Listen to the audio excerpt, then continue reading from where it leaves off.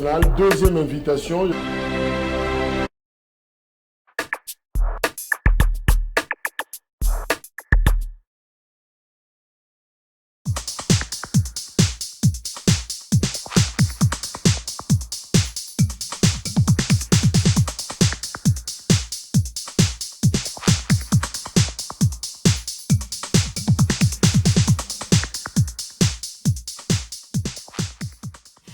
Merci na fidélité Nabino Toza Lelo 27 avril 2023. Voilà, Bozawana Kolanda, grand forum numéro. Il y a Sika sur Perfect Télévision. Voilà, Baroïde Bisoponako Kangaretou. Et aujourd'hui, Makambeza Ebele à Koloba. Évidemment, on reviendra sur le résultat. Il y a un sondage Oyo. Ezali, GEC, groupe d'études sur le Congo, Babimisi, sur popularité, il y a régime en place. Mais d'abord, Elo Kwaliboso, Ezali, par rapport à retrait à diplôme, étudiant, Bengi Bisso pour na Kolobake, que faut-il faire pour na retirer diplôme na bango, diplôme ya graduat, diplôme il y a licence et l'Okonini et c'est exactement que ça là parce que ça prend énormément de temps parce que par exemple à l'UNIKIN il faudra payer $150 pour le deux diplômes graduat licence 75 mais finalement il faudra attendre pas moins d'une année pour na kozwa diplôme on a pendant que va communiquer za koleka ma note et za koleka que tous les diplômes Ezali dispo, même depuis 1960, on a un diplôme nayo, mais batou bazo qui ne ba fouti, ba PCO une attestation, mais les diplômes en soi pour na kozoengo ça pose problème. Or dans le milieu professionnel, nyoso bazako kende, bazako exiger na ba candidat photocopie, il y a diplôme. Alors, photocopie, on a étudiants belé, bazan un côté, même ceux qui ont fini, bazan un côté. Alors, qu'est-ce qui va se passer? Parce qu'ils sont bloqués pour na quête et emploi, mais en même temps, l'université pas à libérer Bangote.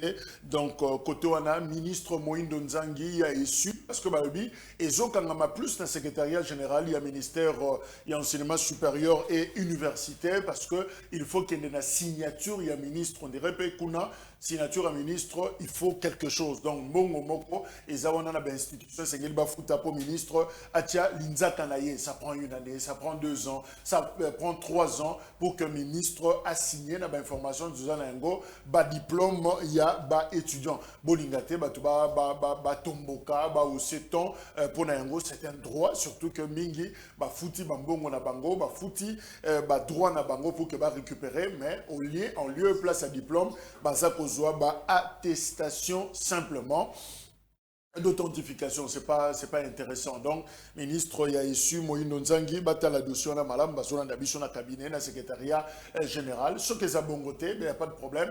Question, il y a qu'orienter ba étudiant, ba exactement à quoi s'attendre, comment ça va se passer pour na diplôme na bango. Bourgmestre, il y a commune, il y a qui soit suspendu.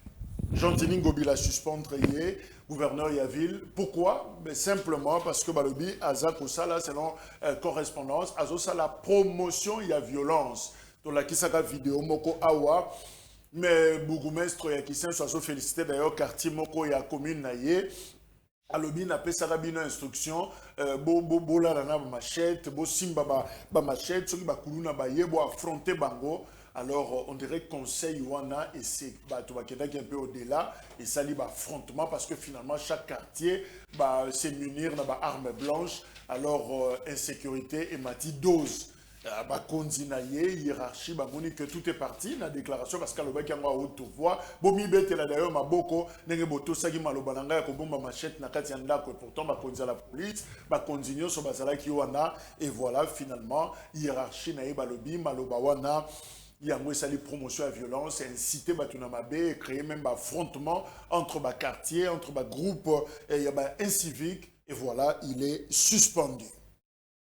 Voilà, chose à mon compte. Il faut qu'il y ait Makamba Koloba, même tournu. Et ça, c'est important. Il faut toujours avoir même des conseillers en communication. Là, cabinet, même Bougoumestre, il en a besoin parce qu'il faut structurer message Nayo Malamou pour un court message, un petit message. Ouais, le Baki, on a suivi, mais voilà que est tourné, Kino et Bébissi Moussala. Donc, il faut toujours, vous en avez besoin, Sungayo, Idéo, comment Koloba, comment présenter Likambo, peut-être intention à l'ingé Koloba Lango, Zagi Moussoussou, mais oh, et Bimina Mounokopé, Zelo Moussoussou. Alors, on a tous besoin, il y a qu'on assister, c'est très important. Bah, collaborateurs, on a bino baza ba mandiote, mais ce sont des conseillers, botika bango ba pesabino et ba conseil pour Bossala Moussala, Dengue et Sengeli. Kimaka Boudaïne, Aza Nabiso Elongo, Aza acteur politique, communicateur na SID, à Martin Fayulu Mbote. Mbote Kulutu Jacques, Mbote na ndeko na ngai, Mbote na bayi Kongoma nyosu, Obazolanda biso na tonga lelo, et na bosa na raté bana ya commune na ngai ya Bumbu, na pesi bango pe Mbote Belé, et na pesi le président élu Martin Fayulu Mbote Belé et notre secrétaire général de Voski Toko Mbote Belé. Mais naza na moi biscuit na ngai avant-hier bana Bumbu babengi ngai, bayebisi ngai daile l'homme du peuple yoza molobeli na biso. Tozo comprendre te. Bato yo bazo penser ko diriger ba société ya comment ba société ya république comme SNEL. Bazo nyoko la biso population congolaise pona nini. Ngana tuni bango na nini wana elingi koloba nini. Oyebi ke de onema na yaki na etando na yo na lobaki na nosaki na gangaki ke na kati ya commune na ngai ya Bumbu précisément na quartier Matadi. Bana quartier Matadi bazalaki na lotilité te. Bazalaki na courant te, basali 2 mois sans courant. Et après moi na mboka kulutu na ngai o na lingaka mingi grand frère na nga quartier to kolne place moko Tingi Pululu ayeli bango transport ya mabe. Tingi Pululu amemeli bana Bumbu transport moko ya mabe. Siko muto bongo en tant que comment notable ya commune Abiso ya Bumbu, oui, à député national et tant que aussi notable la commune Abiso ya Bumbu et le vieux penenge transport. Bon, oui, que bana ngana belelaki na beleli na betando et bah comment quelques jeunes aussi il y a commune na Bumbu ba leli vraiment et le vieux logo la za vieux tokoli na e quartier moko. Vieux a fouteli na quartier na biso.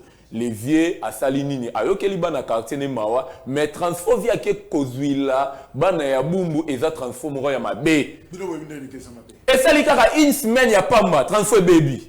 Na minito yo na kati ya commune ya Bumbu bazana courante. C'est le charge l'équipe. Ah non, ndeko charge te 5 avenue kaka charge. 5 avenue. 5 avenue kaka charge. Yango na sko ba yebisi ngai mutu abongo azo penser kozala déjà SNEL. C'est que République Mobimba, Kinshasa Mobimba, pardon, Torola la Molile. C'est que na Kinshasa Torola la Molile. Transforme où tu es. Oh, transforme où tu es qui est. Bon, bah ça la nationalité. Administrateur. Administrateur na kati SNEL. Tant a yebi que na quartier na ye. Quartier ya fouteli. Ou a vendu trop. Comment premier électorat na ye. Apostila qui est na kati ya commune ya Bumbu. Pe bato ba vota qui est à l'époque na 2011 ezalaki bato a quartier wana. Siko po ni ko sala bato wana mitema mabe. Ko lakisa bango ki mutema mabe.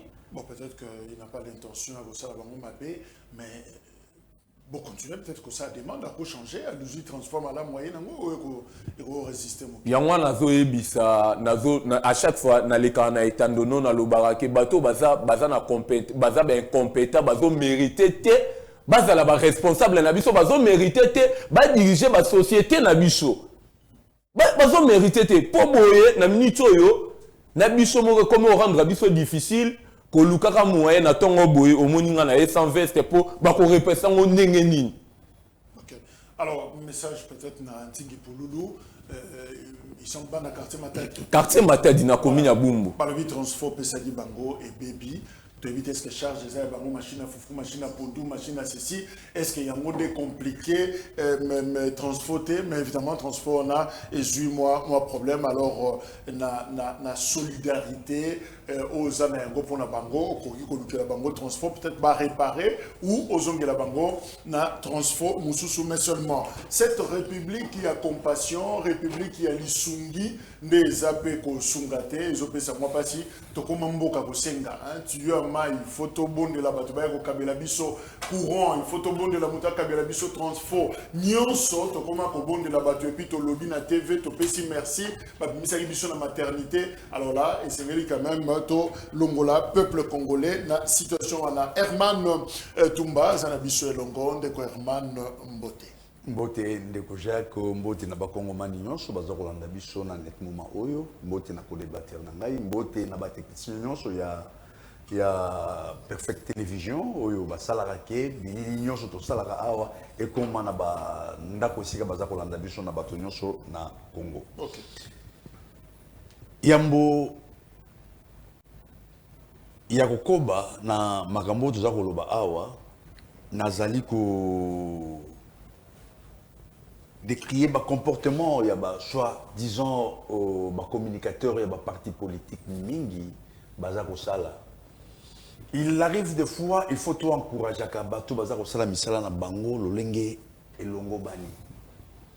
Ndakisa, likamunangina loba ezali ya société monene o tozalaka nango awa, société des transports et voies de communication to bengaka SCTP ex-Onatra. O ezongi lelo na komona ngo ya kala ya Onatra. Ndeko Jacques kotala ba immeuble nyonso yo eza na ndinga ya ville o même immeuble o eza ko abriter direction générale ya Onatra au moni yango ke ba immeuble nyonso eza na vestige moko impossible eza archaïque. Donc ça dit eza na modernité mon côté. Depuis Mindele batika yango. Et personne ne pense qu'il y a réhabiliter yango ou bien il y a pesa yango et longi mususu ya sika sans kobuka parce que ils ont ba immeuble faut ba buka lokola o tuzalaka nango awa na Forescom. Premier immeuble ya Congo na Forescom wana le roi triangle wana. Ce sont des choses à démolir parce que toza ko luka modernité biloko nini ko pesa ville na biso Kitoko, Batuba, Zakoyaka et Belé, ville des alliés miroirs, il y a Kinshasa. Alors, il est arrivé une fois, société Moro Babingaga, moderne construite. A sali contrat Moko, donc a sali convention, na Onatra, pour na Kotonga, entrepôt, tout au long, il y a fleuve. Nyon Soana, Batonga, entrepôt. Et ensuite, va ça la showroom, les colos, et ainsi de suite. Mais entrepôt, on a nyonso, et ça là qui, biloko bango va ça, on a pour la gestion naïe, pour la autofinancement naïe. Parce qu'on a entrepôt, il devrait y avoir des locataires. Et contrat on a tango salami, et ça là qui signé entre la délégation, il y a Onatra, et Kamba Magina, Mwanamboka, Martin Lukusa.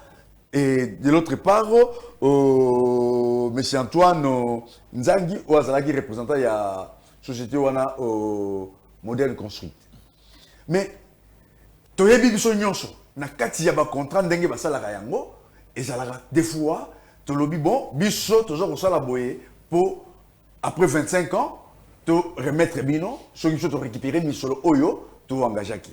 Mais tozali komona lelo oyo bato baza koleka na bitando ike pona ko critiquer ministre ya portefeuille qui n'a rien à voir na kati ya ba dossier nyonso o wana ezali lolenge o motaza ko tala ya bino makambo o ezala kati ya contrat wana eza ko pesa biso moi lolenge moko ya ko bongisa parce que biloko wana e ko kende pa ya moderne constructeur libela mais néanmoins eloko nini eki ko sala na Onatra azali na ba espace ebelé tout au long ya fleuve esika basala ka bandite ko banda kaka awa na gas na beach awa ti na suka kuna okomona ba espace wana nyonso ekoma kobota ba nyoka bazali wana ba shege ba makamba beza ko sala mawana ba lobi ba moderniser espace wana ba sala ba parking ya ba bateau ya sika ya kitoko na ba norme internationale le mal est où bato bakoleka balobi bateki onatra.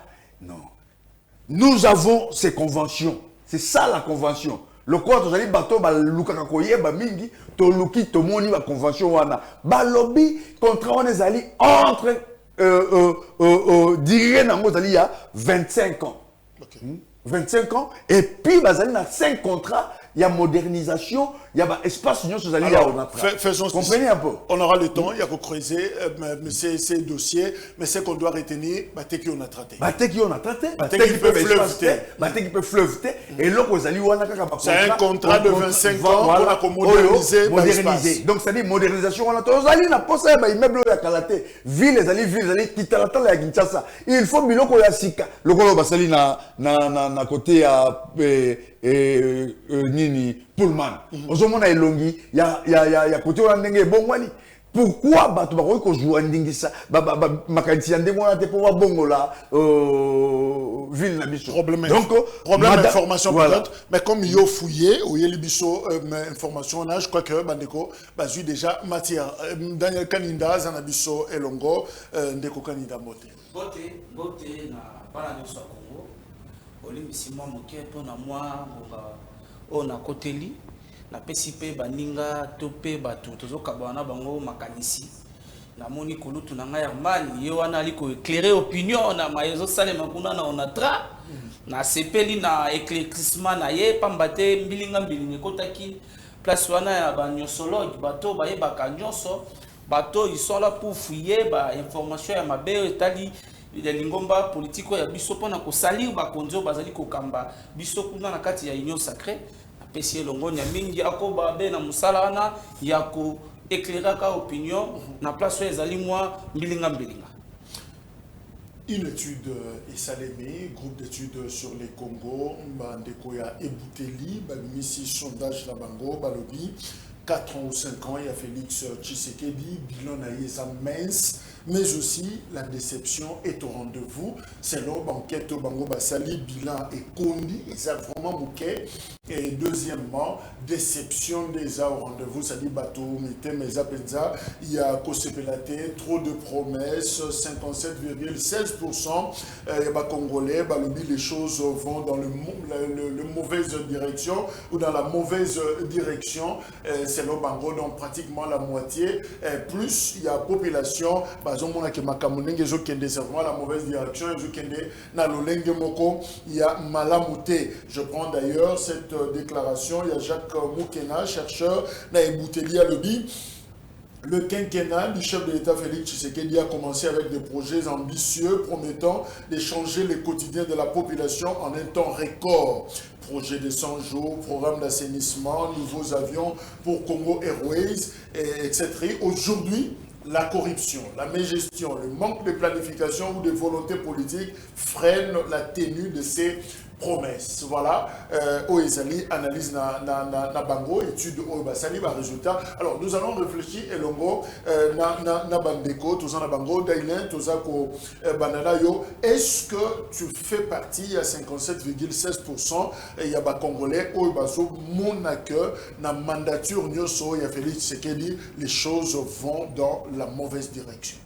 Merci Kouloutou Jacques. Avant d'abord on a répondre à la question nayo, nazo ibisabayi Congo Nike, les samedis jour activité à bandeko na biso union sacrée, peuple congolais vanda nandaku. Je vous dis que vanda nandaku tola la pongia ba bébé te oyo VHN c'est que na 2011 wa ibisa ki biso bola la pongia ba bébé. Alors bolongo la kitenza noir na ebi que congolais déjà comme déjà mature. Et Congolais, Congolais, oyo wanate ba yebisaka biso bokende bokangela biso Kabila ana Congolais za bongote. Le samedi le 29 avril bovanda na banda kuna bino soki ba elio mbongo zwa mbongo wana tsango na poche po stade wana oyo bango ba salisa activité wana eza pona ba intérêt na bango eza ni pona intérêt na yo yi Congomani. Eza pour l'intérêt na yote. Il y a l'homme du peuple état qui molobeli. Il y a population congolaise na lobby que bovan na banda kuna binopo kuna bakokende bakobeta masolo na bango tango ba détourna ka bambongo na bango ba millions o ebunga ka ba yaka pa na yote peuple ngana yibaki autant yozwa autant ba pesa rayoti mais ce qui est commis pour na intérêt na bango ba commis koluka au peuple le samedi vendant nanda pour un message moko na zo lancer pe na ba yi kongomanike le 13 mai biso ba yi résistant na ba leader na biso musu ya opposition tokozala libanda poto tambola depuis Félix Tshisekedi ya na pouvoir à Matissa Lipa. Voilà population. Voilà les apports d'intérêt dans bango de Jackie. Merci, tu attends. Oui. Ok. Répondre à la question. Merci de Jackie. Merci vraiment de répondre à la question.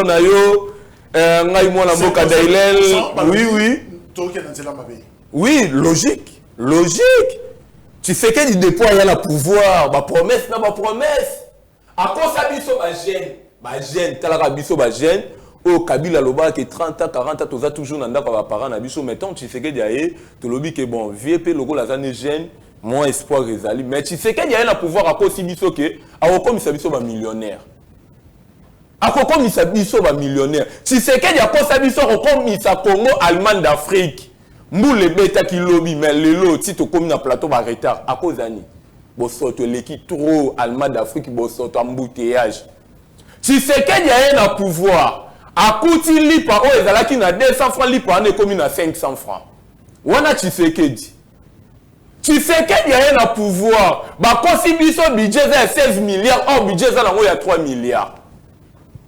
Si quoi, moutou bongo, tolo baki a sali malam. Hein? Na place nini, oh, Tshisekedi a sali malam, oh, biso ba yi kongomanto obetele maboko. Ngana Lubakango bilan M. Félix Tshisekedi est à 0,025%. 25%. Na 25% na eza kwa ela kingai Vandam. Banda na botama na tikala ko mona Vandam te na moni Vandam période ya Jean-Claude Vandam. Tshisekedi muto aye na e. Yango na lobby na 25% wana 0,025% wana eza kwa ela kibiso Vandam. C'est-à-dire que ce total bilan est vraiment négatif. Et ça n'a vraiment trop de commentaires. C'est Yango, on a participé vraiment. Qu'on a bandé pour la 57% au Monique Toké la direction Yamabe. Yamabe Makash. Yamabe. Alors, Deko Herman, mais qu'est-ce qui fait que Kenkena, Nabino, Union Sacrée, Bobandi avec des projets ambitieux promettant de changer le quotidien et la population en un temps record, projet à 100 jours, les gelous, assainissement, Kinbopé et autres. Mais finalement, Balobi, en lieu place à projet Wana, c'est la corruption, la mégestion, le manque de planification et de volonté. Maintenant, il y a qui régime dans l'entretemps. De Rojac. Tant que ça, bon, en fait, décider bazana qui bazana trêve de communicateur ou bien bazana difficulté il y a battu la routine dans la méthode. Je ne sais pas, ma discours ndekwaza koloba wa soka zo lokota yango et puis tout ça. D'abord au bandaki dans la je vais arriver. Parce que c'est important. Toi, tu crois que Moussala est député et Zali Kokende Komemelayo, l'Otiliki, Ayekotikeelayo, et c'est parce que la déclaration. Tu penses que Moussala est député et Zali Yakosombelayo, transformateur, Koyakotelayo, et c'est qu'il y a l'Otiliki. Ou encore parce que Tingi Pouloulou, à l'administrateur national, il faut matin, midi, soir, pour crier, sourire, pour aller repérer sa bilan l'otilique. Est-ce que ma bonne on a un de l'otilique? Mais aux appels techniciens, pour Oya Kosala, la déclaration Kolobake, et là, on va 5 jours, on tire pour lui, 5 jours après, et Kofi à Zobi Bisso, à Zobi Banaya, il y a Bumbu. Mais non, monsieur, tu n'es pas un technicien, tu ne connais rien dans tout cela. Yozaka la snel. Et difficulté à courant, nakati ya mboka oyo. Et bandi na tiki pulul. Oyo di moté. Et bandi lelo. Et on a courage ya koya koloba. Tout ça. Et mais qui est ce peuple là qui t'a mandaté? Oyo zo ko gangela awa. C'est la population. Et quelle population? S'il vous plaît. Quelle population? Et deuxièmement, Ozoko kende musiko zo lo bakeno.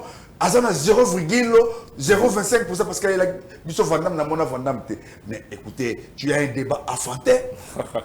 Tu ne devrais pas être sur ce plateau, monsieur. Donc quand tu manques des arguments, les gens qui sont en train de nous suivre ont besoin d'écouter et d'analyser ce que nous sommes en train de dire. Et si c'est pour faire du théâtre, il aurait fallu que tu restes chez toi à la maison. Parce que tu n'as pas un argumentaire à faire ici. Et tu n'as pas, comment dirais-je, la population. Alors il aurait fallu pour toi rester chez toi à la maison. Qui ne sait pas que depuis toujours, la nuit des temps, Mboula Tongo Betaka, Makamouy sur la difficulté. Est-ce que tu as un bateau dans le boulevard? Potepoto dans le boulevard. Mais au coup de m'embouteille, c'est dans le boulevard. Moi, j'ai pris poids lourd. Est-ce que Potepoto c'est dans le poids lourd? Mais au coup de m'embouteille, c'est dans le poids lourd. Et les embouteillages, c'est Félix Tshisekedi qui vient créer ces embouteillages. Monsieur, hein? Sur le cola, donc, il faut mailler les naïos pour le cola. Il y a Boujo Baté. Soki Félix Tshisekedi Moutassara qui est embouteillage, Joanaté, mais aïe quand même pour donner une réponse à ma problème. Évidemment, évidemment. Mais selon les sondages, donc, on pose une question. Mais selon les sondages, c'est pas ce que l'on voit, Babalobi, par exemple, comme assainissement. Moi, je suis pas d'accord parce que les gens qui ont un sondage, ont énuméré ma pointe. Mais toujours au bois qui dorénavant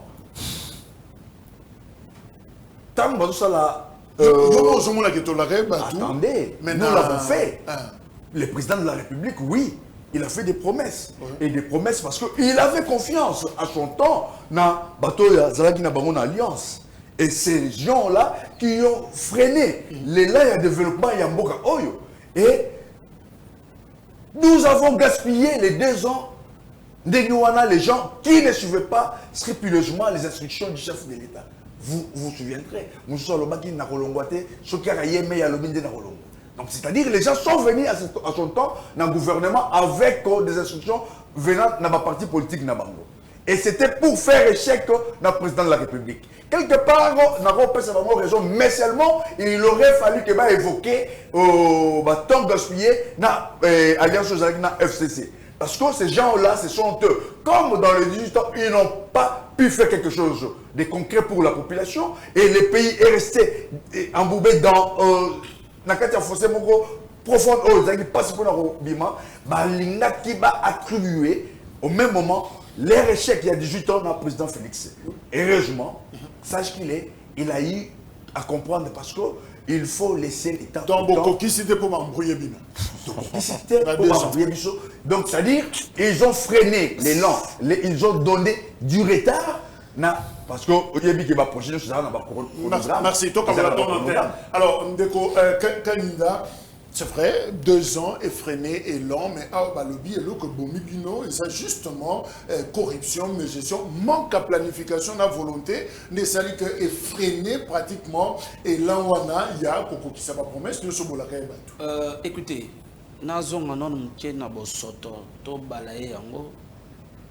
nous, de l'Union sacrée, to ali na bilan, nous présenter le peuple congolais.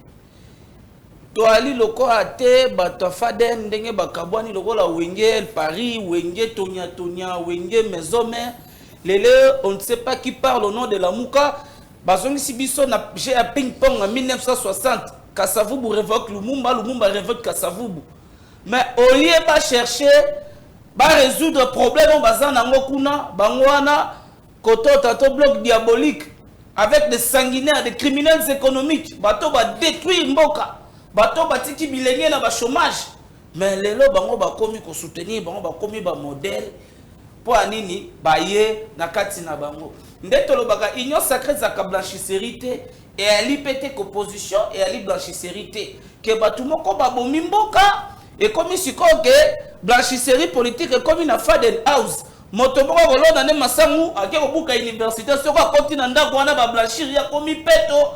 Oh, moto a détourné l'économie en mboka na biso. Et les gens ont commis pour détruire la République, la bonne marche de la République. Aujourd'hui, la charpente institutionnelle, qui existait de la forme sous 18 ans. Mais aujourd'hui, cette charpente institutionnelle, elle existait sur le plan de... Il y a fort. Oh, une ferme privée, une institution suprême qui est chapeautée, qui n'a qu'à on voyait tous les anciens dignitaires Moulongo à laquelle elle est comme les élèves du collège pendant qu'ils recevoir le mot d'ordre. Dada Nasema, Raïs Nasema. Et nous avons tout détruit cela. Et aujourd'hui, la République fonctionne en bonne et due forme avec de fortes institutions au lieu et place. Il y a des hommes forts pour rendre l'institution forte.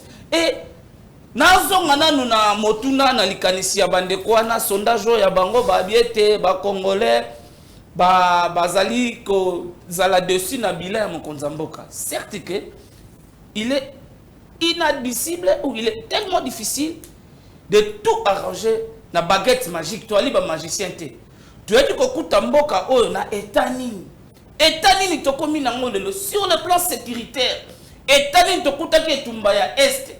Nous avons instauré un état de siège. Il faut d'abord qu'on découvre l'infiltration dans la armée congolaise où il y a eu des Rwandais, il y a eu des étrangers mixage. C'est là. Ah ouais, tangi biloko.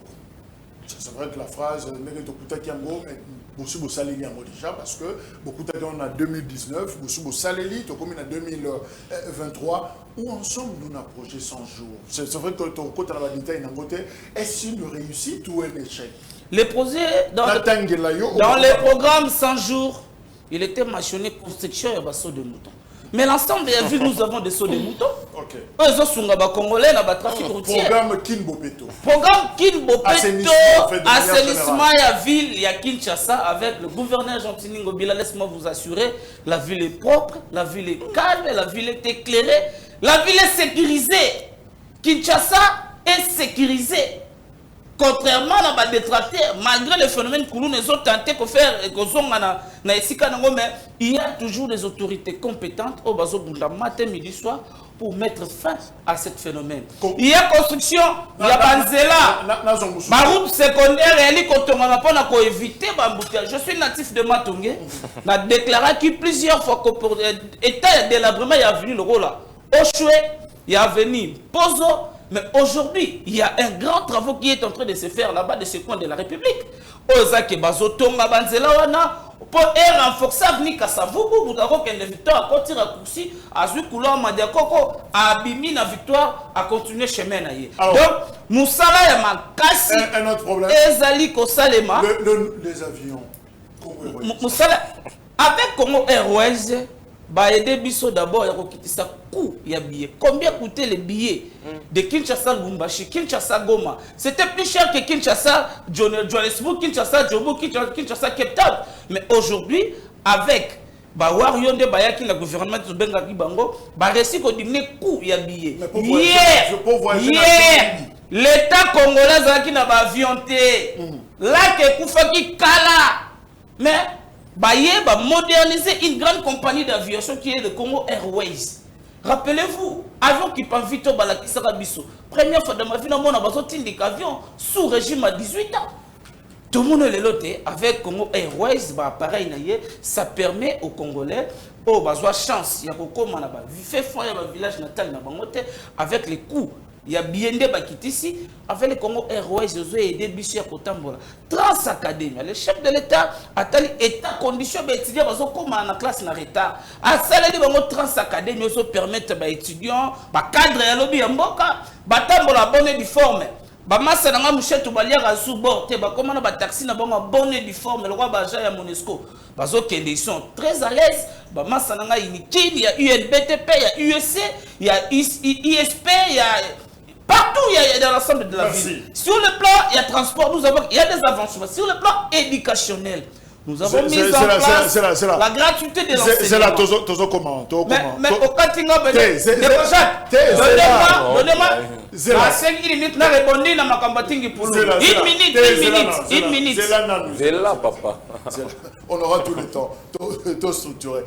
Mais justement, Tango Kanina Bandi, alors Dekodainem, aucun service public ne donne satisfaction à la population, aucun, selon études douana, par exemple, assainissement, Deko Kanina Lobi Ango, mais avant la sondage, à 2,75%, transport public 5,31%, sécurité 9,53%, sauf le secteur où Monique qui travaillait Malamou et ça enseignement parce qu'il était déjà en train d'aborder un enseignement qui est Malamou et puis patrouille financière il y a IGF contrôle pour la corruption Monique Makambo et Simbi Yangoana. C'est vrai, on vous reproche aussi opposition au lobby 0,025%. Mais vous avez aussi du mal à quantifier l'échec et le régime. Koloba avec précision, ils ont échoué ici, ils ont réussi là. L'opposition vous a contacté, mais à Ouapesi matière, est-ce que Bino Boussana va donner Moussous en dehors de merci Kouloutou Jacques Namoni Kouloutou Nangaï Herman Tumba et Loko Fili Kelly pour parce que ngala lobby ke tout ce qu'on a sujet. Té na zozo ngala sujet le faut la salle pe toilettage. Té na zozo la toilettage Kouloutou. C'est là. Oui. Je rappelle ceci. La logique émission quand on annonce on est déjà dans examen un sujet. Tant que vous ouvrez la parenthèse, ils ont cassé le rythme et le sujet et puis ça nous prend du temps. Donc pour la logique à communication, tout ici matière et puis on vous laissera le temps ça va nettoyage. Merci de Konanga Kouloutou Nanga Jacques mais ils ont bilo comme sunga ngai de l'homme du peuple n'a coquille jamais koti kamwe. Donc koti kamote mais noté. Oui, na nota qui yango est-ce qu'on a répondre.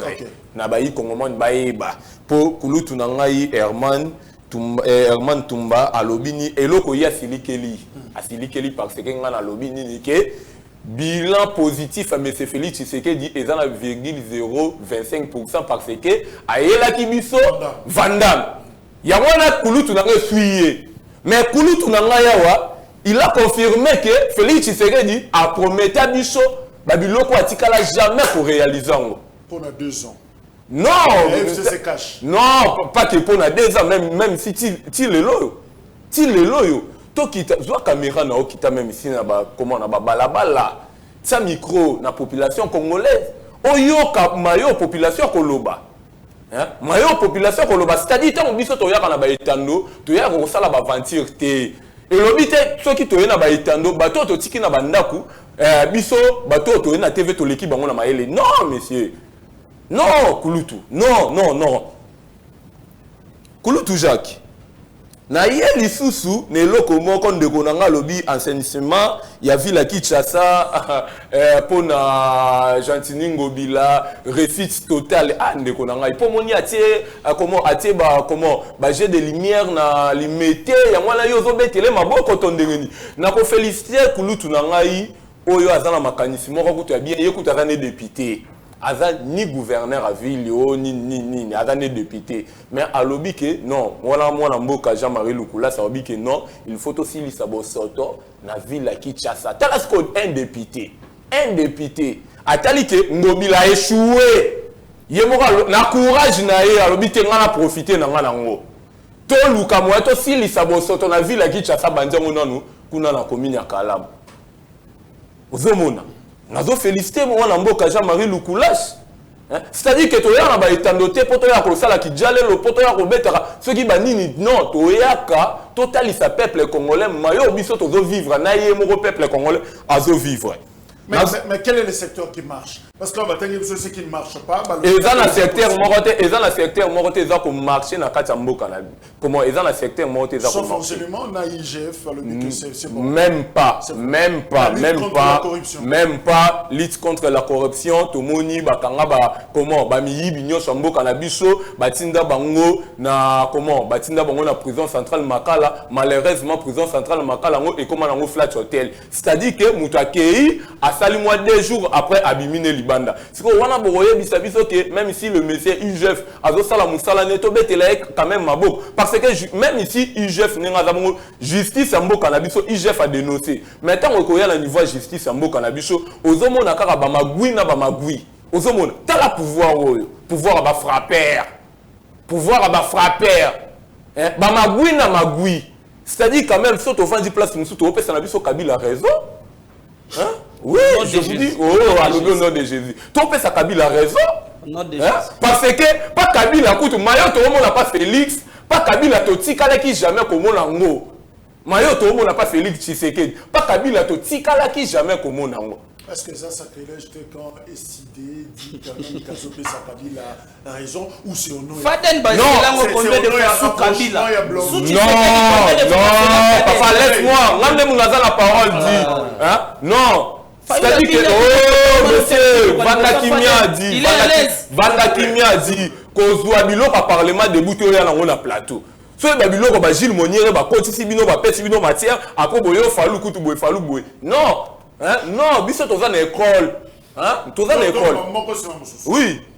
C'est-à-dire que Ndeko Jacques Kabila toyebi a bomaki déjà mboka na biso mais bango sikoyo ba ye kokunda pe mboka pe limwe. Je pense que et bomele keseni, je pense que na discours il y a yo moko mais c'est fait Tshisekedi a lobaka que mboka déjà kufa nango kala eloko moko to récupérer eza nango lisusu ti. Merci. Pe na lingi na bosana, il faut ba yi ko moment ba yeba tant bango bazo ganga ke bo sali bloc na Kabila. Non.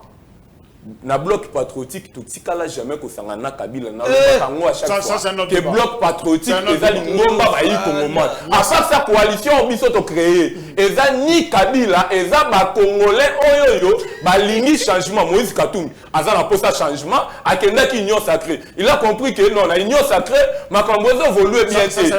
Oui, il y a moi. C'est un autre débat. Merci.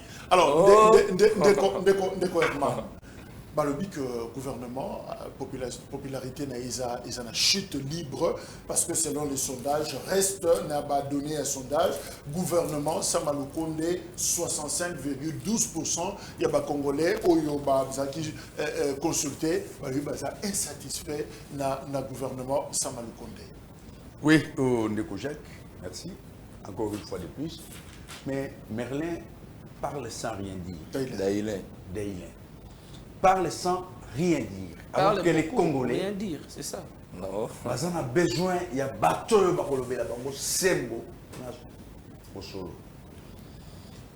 il est aberrant de ne pas accepter et de donner ce genre de pourcentage na maïmanso tata mokondi ya mboka na gouvernement na ye basali po na mboka Congo. Tango baza koloba na secteur ya sécurité bapesi yango sécurité 9,53%.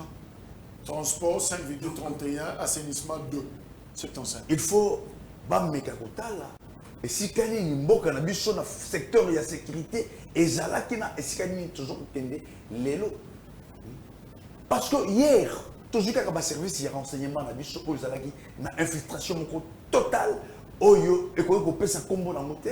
Et tu y habites quand même que tu allais au fond d'awa na tandoika ou libanda wana tu as infiltré tous magou ya exposer du soir tout ça mais il est difficile aujourd'hui de trouver ce genre de choses, c'est-à-dire et si ka bazako ça là ba complot et si ka bazali ko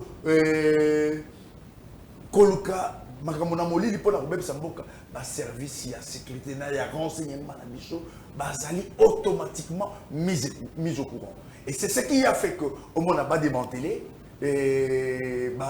idée machiavélique, diabolique, il y a Monga Chuchu. Et si quelqu'un ça a cache d'armes, comment ce qui service Wana, et un pourcentage Wana Baroiko, comme la dimension, il y a qu'à découvrir, qu'à démanteler, ça c'est déjà une fausse information qu'on a donnée à la population. Cette population doit être sereine parce que les services, il y a renseignement, services, il y a sécurité, Azako travailler d'arrache-pied jour et nuit pour la Bolamouya, Congo Nyonso et puis l'intégrité nationale. Deuxièmement, Bazako Bosana, que régime Kei et Tikaki na niveau de transport et Tikaki Biloroni. D'abord, depuis Mobutu, tout ça qui n'a étudiant à l'époque, au Yebiango, Badako Benga Bangoulou, toujours au Kangaba, Fula, il y a André Motor, Banini, tout ça. Donc, tout ce qui est Kozala, na transport académique à Tamanko T. Lelo Oyo. Parce que, étudiant Nyonso, Bazako Yingela, la Katia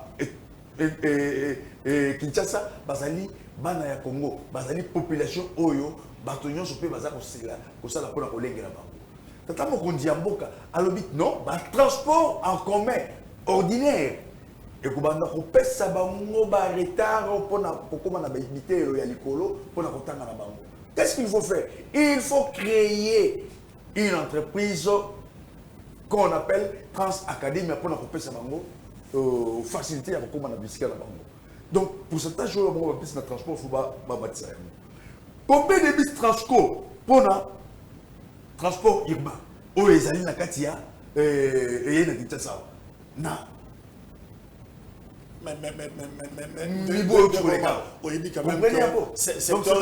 transport public, essentiel et fandina privé. Mais oui, et ça va donc ça ne commence, cela n'a pas commencé aujourd'hui. Ça n'a pas commencé. D'ailleurs, ça n'a pas commencé aujourd'hui. Mais les gouvernements, avec les chefs de l'État, sont en train de travailler d'arrache-pied pour Babylon Kowana. Et si là, toujours dans la Mambo Italie, transport aérien. Papa. Quand le président de la République a joué Bokondiao, a coûté l'avion Bonina, Congo Airways. A Sombi Boni. Tena Tunio a coûté. Non, mais Mandez aussi là. Écoutez, a coûté l'avion Boni. Il y a un tika Boni. Obi, et là, on y a un peu la ressemble. Obi, même la transport, on a pas besoin de la transport. Obi, il y a faisabilité. Il y a rentabilité, ni salami. Et pourtant, ce qui te dit que l'oba solo, ndenge bino okimaka matata mponyo ko kima bukanga lonzo. Non, yo ka di pour la justice zo matata mponyo za ka bukanga lonzo te. Ba avion wana ba kimpa vita oyo ke yi sali tout ya liboso et ke fani na province orientale de Kisangani. Pour bande fana wana makoma kata mo banta na bato ba tsala aluminium. Toke na noirité mêmement. Mongo oyo wana, ok ko soma ba pave donc ba biloko oyo e ko tambolate oyo ko pesa liwana ba kongomani. Ceux qui vont bâtir yango. Et tant que ça qui va tout inaugurer l'ouana. Il y a maintenant pas mataka katina. Au moment qui a côté na avion wala. Hein? À côté de quoi? À côté de parce qu'il y a pas été. Et ça dit cerquer les gens mataka ko kufa l'homme va kufa. Comprenez? Donc c'est-à-dire c'est un méchant, c'est un criminel. Un criminel économique. Oui, je l'ai dit. Parce que l'argent qui a acheté ces avions. Écoutez monsieur Jacques, prenons un exemple. Demandons-nous, posons-nous la question de savoir combien. J'y arrive. C'est parce que nous sommes conscients. Quand il faut acheter des aéronefs, il faut faire commande. Et puis, dans le lobby, il faut faire des commandes. Les lots, il faut trouver bambongo, bonne di maka, pour nous ressembler avion wana ou bapakolaka langi ya mboka. Ça, il n'y a pas de problème. Ils allaient perdre des démarches dans kati ya vous nous laissez quoi? Vous nous laissez quoi dans le lobby congolais à la distraite. Nous sommes le gouvernement, notre gouvernement. Oye kambami na tata mokonzi mboka baza ko travailler et ba ko pesa bino et loko oyo nyoso ya kitoko oyo bino boza ko luka. Merci. Donc c'est là ngana lobeli c'est là. Peuple congolais na 7 mois au Etikali, il y a mandat, il y a 5 ans, il y a Félix Tshisekedi, bobangate ba osomba ba avion mususu. Études des annales. C'est ça. On va somba ba avion à qualité, c'est ça. Mais natuni bino biso tolobi to ko pesa congolais biloko ezali ya solo. To ko pesa bango te biloko ya ko bomba. Daniel Kalinda, Félix Tshisekedi Balobi a un problème, il y a popularité, chute libre, et je salue depuis 2019. Statistique, en mars 2019, Félix Tshisekedi avait 63%. En janvier, en mars déjà, il avait 63%. Il y a popularité, mais en janvier 2023, il y a 3 mois, Félix Tshisekedi a chuté à 35,66%. C'est son plus faible score depuis Azana Bokondi. Est-ce que Okoko a testé? Laisse-moi vous dire, aujourd'hui, les politiciens les plus populaires du Congo actuellement, c'est le président Félix Antoine Tshisekedi Tshilombo. Sur base à quel sondage? Sur base de faits que nous voyons. Partout où il se rend, il a toujours des populations qui traînent. Il traîne toujours de foules de gens. Et ça va fouloter à 2000, 3000, 4000, 5000 déjà volontairement. Mais Kabila aussi, on a vu l'expérience. L'Ikababa foule, c'est un problème. Kolobala foule, Kabila, on sait comment ces gens-là ont toujours organisé leurs histoires. On sait avec des billets verts. Tant de quoi Zolobaki, sous Tshisekedi, c'est mieux que Kabila. Mais si tu sais que l'Inda pour nous Faden Bakanga combien de fois, Basselé combien de fois. Si tu sais que du foyer ou propos tenant, à quoi circuler librement, sous tu sais que sous Kabila. Fayoula Bini na s'intéresse à Tiki à côté si tu as un tribal. Bon, ma tribu X Tika Nyoka. Et il circule librement sans être inquiété. Il est allé en Lubumbashi pour faire un complot contre la nation congolaise. Naba Iniamboka. Oh, tout bala kiona. Ba criminel économique, ba ancien rebelle. Fayoula Sangani na bango. Pour nini ba détruire bonne marche Yamboka.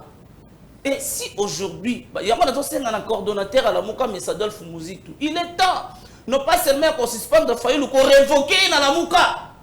Il a ni droit ni qualité de parler pour le compte de la Mouka. Ce sont ces abattus ou abandonnés depuis dynamique, depuis FAC. Il y a quand même un biloko. De reste, ça commence à la Mouka. Mais par exemple, il y a 6 mois et coquille, passer bâton de commande à Mouka. Monsieur, vous allez à la Mouka. Ils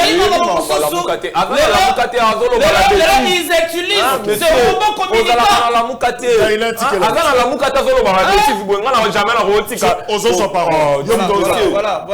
Mouka. Voilà l'agitation. Nous sommes prêts pour les élections. Mais nous sommes prêts pour les élections. Tant que vérité des îles, Batrichaki, les députés nommés, ils sont en train de se distraire inutilement. Et tant qu'on va paix na question, elle est très pertinente par rapport à popularité. Tu sais que les chité de nos de 63 Mossala, il y a tu sais que les communana au vie et au sud de tout le monde, au moins qu'être un Congolais insensé pour ne pas voir et comprendre ce que le président Félix Antoine Tshisekedi est en train de faire.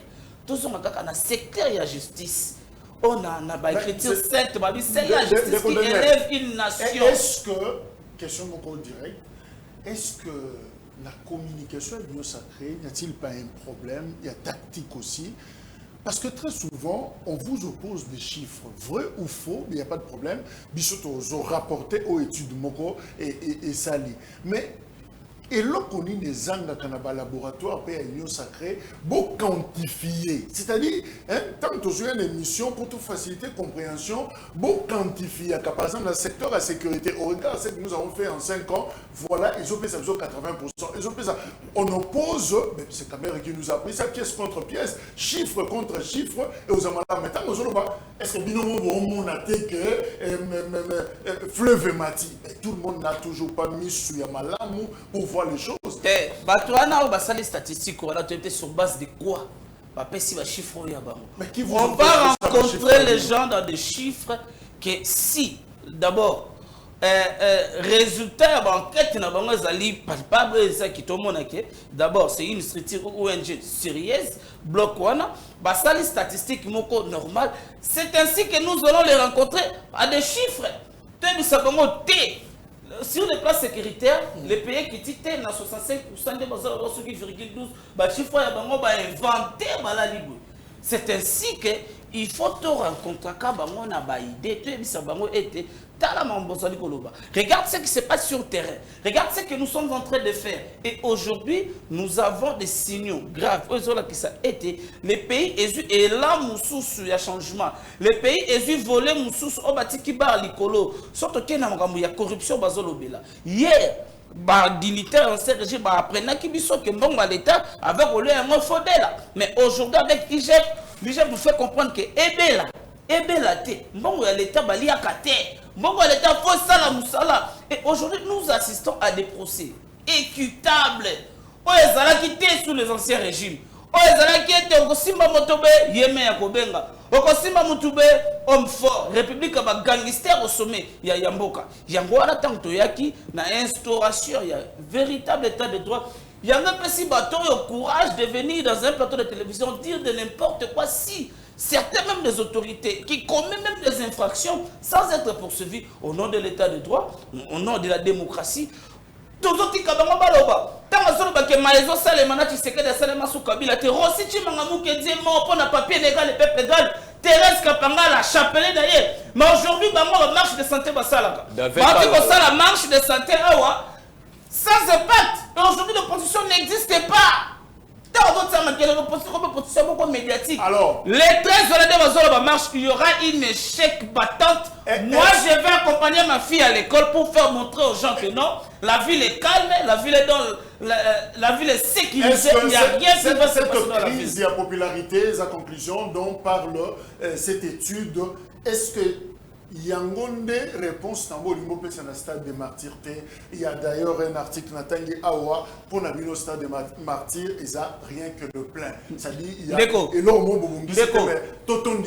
Union sacrée la Ligue des Champions.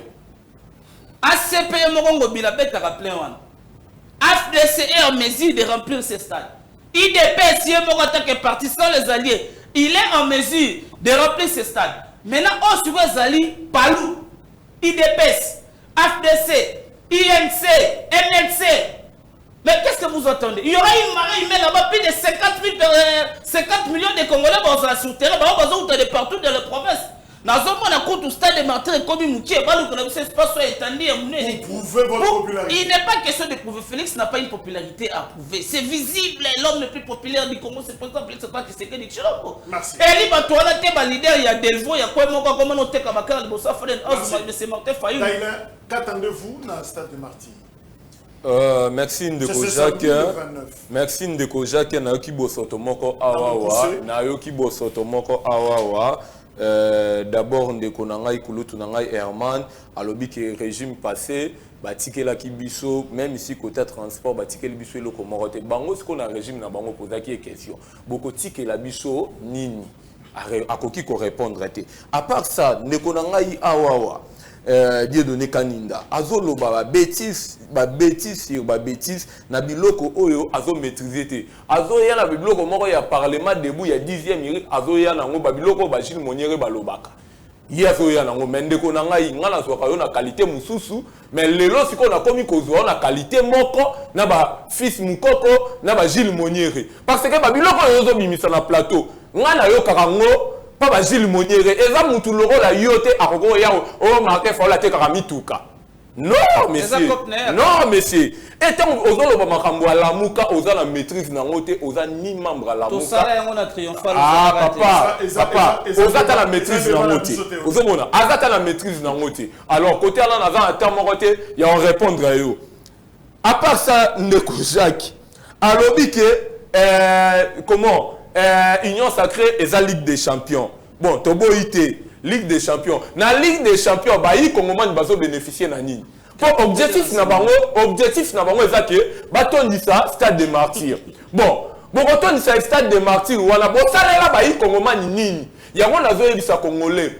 Kozala Congolais TV Etienne Tshisekedi yebisa kibiso to la pongia ba bébé. Kozala Congomani au TV Etienne Tshisekedi yebisa kibiso bokende bokangelanga Kabila wana. Congolais faut avoir la maturité politique. Il faut la muka. Ndeko Jacques excusez na silisa. Ngai message nazo pesa na ba yi Congomani ke le samedi mu Congolais o aza conscient. O yebi ke nga naza Congolais naza conscient. Ko kende ba bêtise wana te. Yaka les 13. Distraction totale. Oh yabi non distraction totale monsieur. Est-ce que le stade de martyrs c'est pour changer votre popularité ou est en chute libre selon les sondages? Non, de Jacques, le stade de martyrs vous allez pour nous rejuger aux popularités parce que tu as la chute libre. Donc la présence de Félix à la tête de ces pays prouve à suffisance que Aza populaire et que nous sommes populaires. Donc, Tolobi et plutôt Kolobayango, 2023, on a une démonstration de force parce que population sauf Félix a fait une académie. Il a fait quoi la population? Il a fait quoi la population? Il a fait quoi la population? Il a fait quoi la population? Il a fait quoi ces messieurs? Ça c'est l'éducation. Non. Jamais l'éducation s'il vous plaît, vous avez fait quoi? S'il vous plaît, phrase à décidé, il y a la mouka. Ce qui est un communicateur, un micro, ça va le toujours et dans un moment, match est à côté, l'Union sacrée, c'est une force. L'Union sacrée, les alliés locaux là, États-Unis d'Amérique. Donc, il va écraser tout celui qui se mettra devant lui. Donc, à écraser Nyonso. Et nous sommes confiants avec tout ce que nous sommes en train de faire pour donner un deuxième mandat au président Félix. Au préalable, ce qui va Meki, donc on peut 37 ans dans Boka. Ah, avec quel bilan? Avec quel bilan? Avec quel bilan? Merci Daïda. Avec quel bilan? Avec quel bilan? Avec quel bilan? Avec quel bilan? Avec quel bilan? Tu ferais des 37 ans. Avec quel bilan?